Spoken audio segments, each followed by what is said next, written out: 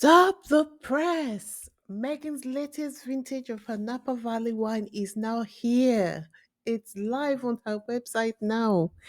If those who can go and buy now. Don't complain to me later. I don't want to hear it. There's been so much to celebrate the launch of Megan's wine today. Another was her birthday. There are birthdays, and then there is a Megan Sussex birthday. And yesterday, Megan turned 44. And when I tell you the entire internet clocked in, it was like a national holiday. It passed the vibe check. It was immaculate and the glow eternal. The British press, well, they were in a corner looking over jealously, mad, dusty, and just angry.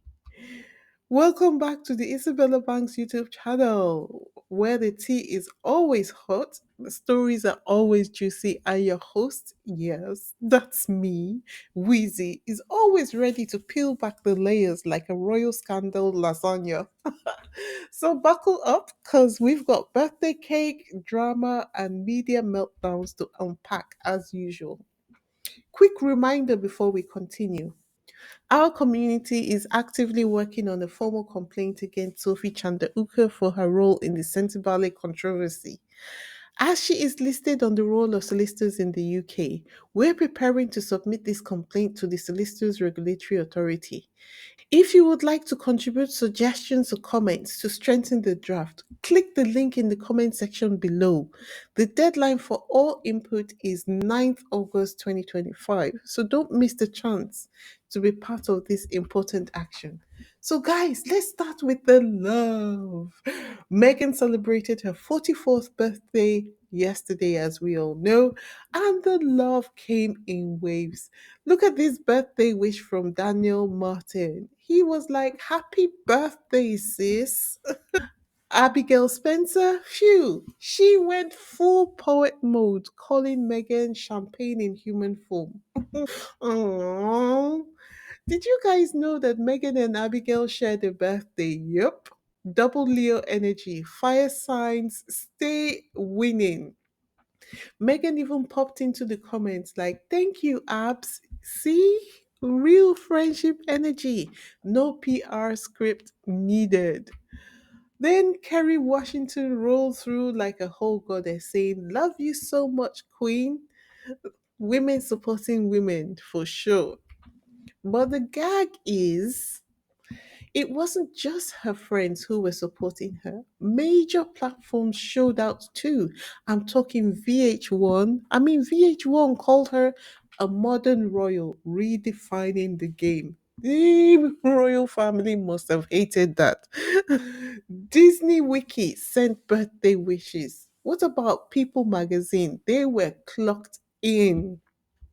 Even Harper's Bazaar UK said, "Happy birthday," like they forgot. They work in London. Child, even radio stations were shouting her out. Like, I don't think Megan heard happy birthday once. I think she must have heard it 1,000 times yesterday, which is nice. For all the flack that she gets, it's nice that at least just one day she gets a lot of love back in return. Kind of balances the sentiment towards her out. Meanwhile, the British tabloids were over there clutching their pearls like, "We can't let her win. We can't let her have a moment. Not even on her birthday. What is that?" Anyway, before we continue, let's pivot to a little eye raiser. Andy Cohen, come to the front. We need to have a conversation. What is this new obsession with asking every single guest about Meghan? Is it contractual? Do they pass around Meghan's name a party trick? He tried it with Pamela Anderson this week, as he has tried it with a lot of his guests in recent times, asking if Meghan's show was a ripoff of her own.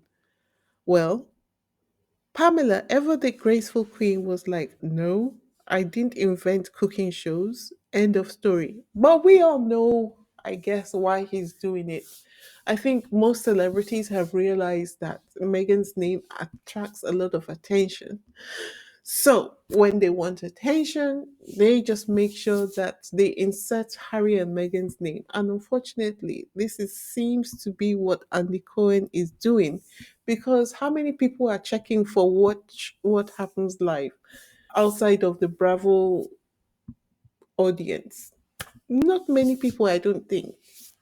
Andy, honey, it's giving British media cosplay. You can stop now, okay?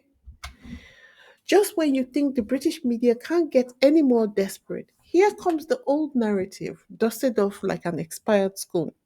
Samantha Markle sues Meghan again, they screamed. But when the Sussex squad did their usual digging, the receipts were wild. It turns out Samantha's legal situation is in tatters. Lawsuits, debts, potential foreclosure.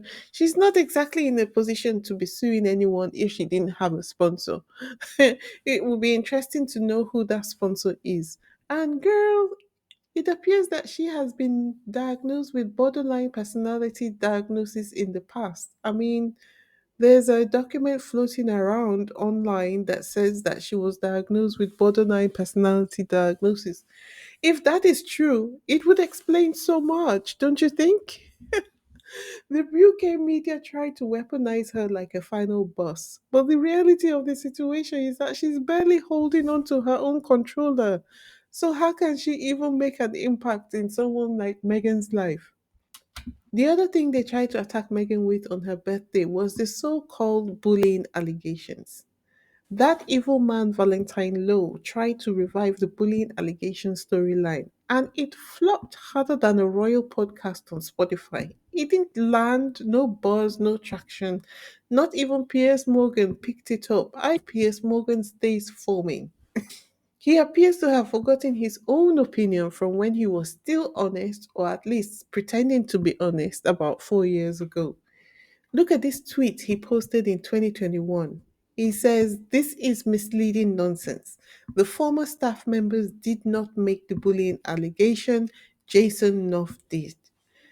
This whole thing with the bullying allegations is very annoying.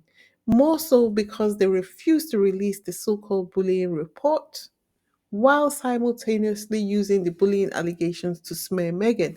And to tell you how evil these people are, they revived the bullying allegations on her birthday. The sad part is that Meghan can't force the royal family to release the report, and so she's stuck unless she sues the media directly for repeating the allegations as fact. At the end of the day, Meghan's birthday wasn't just a celebration, it was a flex, a reminder, a moment of clarity. While the British media stayed pressed, the rest of the world said, "Happy birthday, Queen. We see you. We support you." Let me just say it louder for the folks in the back. You can't cancel what the world already crowned. End of. You already know the drill. What was your favorite birthday shout out? Did you catch all the celeb love pouring in? Drop your thoughts below. You all know I read the comments. Don't forget to subscribe. Click that bell so you don't miss the next drop. And as always, thank you for sipping with me on the Isabella Banks YouTube channel. Until next time, this is Wheezy signing off.